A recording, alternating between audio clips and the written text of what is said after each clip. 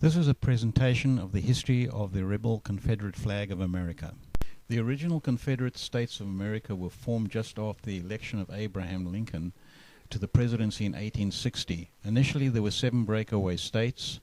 The government declared this arrangement illegal, and this led to the Civil War. These were joined later by another 4, and then later by the final 2 southern states of Missouri and Kentucky. This gave the final 13 states, which were all located in the South. The United States of America at that time consisted of the northern states, as shown in the light blue on the map.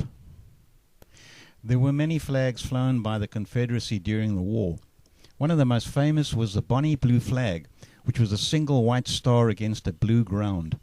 The design was identical to the Republic of Florida at that time, and this idea was later used by the state of Texas.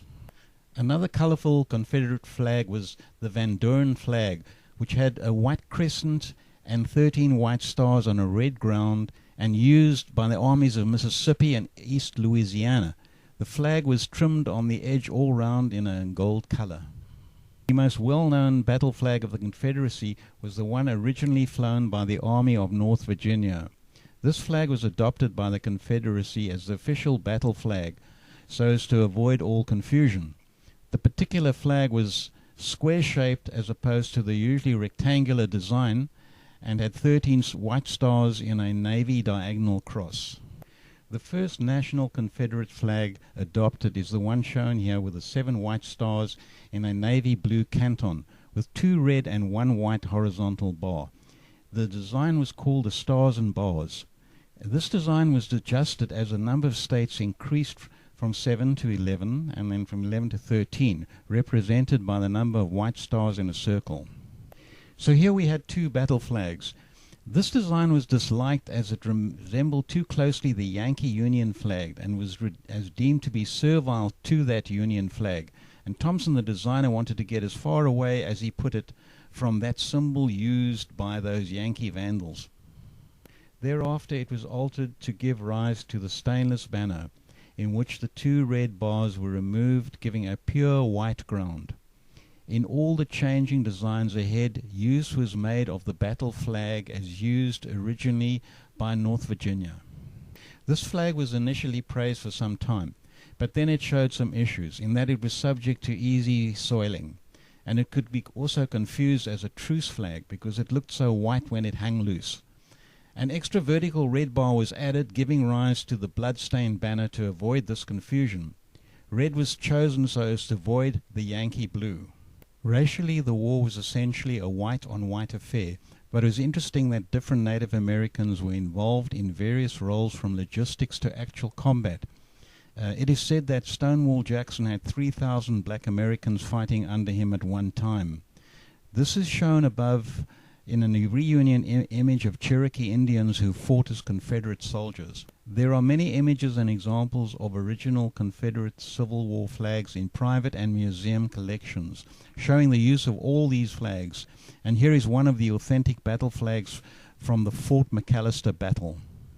Other images show the presence of the Confederate flag as depicted above by a war artist of the assault on Fort Saunders, Georgia, where 2 battles were fought there before the fort finally fell. Shown above is the well-known lithograph depiction of the 4 flags of the Confederacy surrounded by the generals of the Confederacy.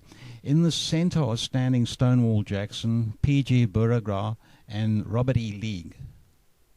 The Civil War was fought on sea as well as on land, and the Confederacy had their own navy. Shown here are examples of 2 naval jacks, the first based on the Bonnie Blue design and the other based on the Confederate battle flag.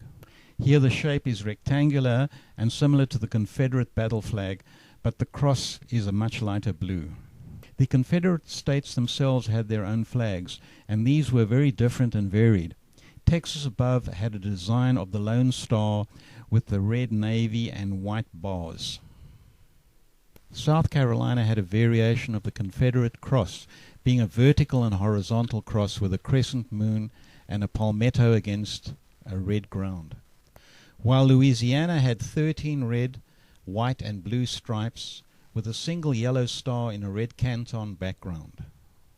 The flags of the Confederacy were many and colorful and found their way into each area of that era, from cavalry to army, navy to the states themselves. They were all served to identify the capacity and function of the Confederate States and form an emotional bonding to all of American history, no matter the sides they all fought for.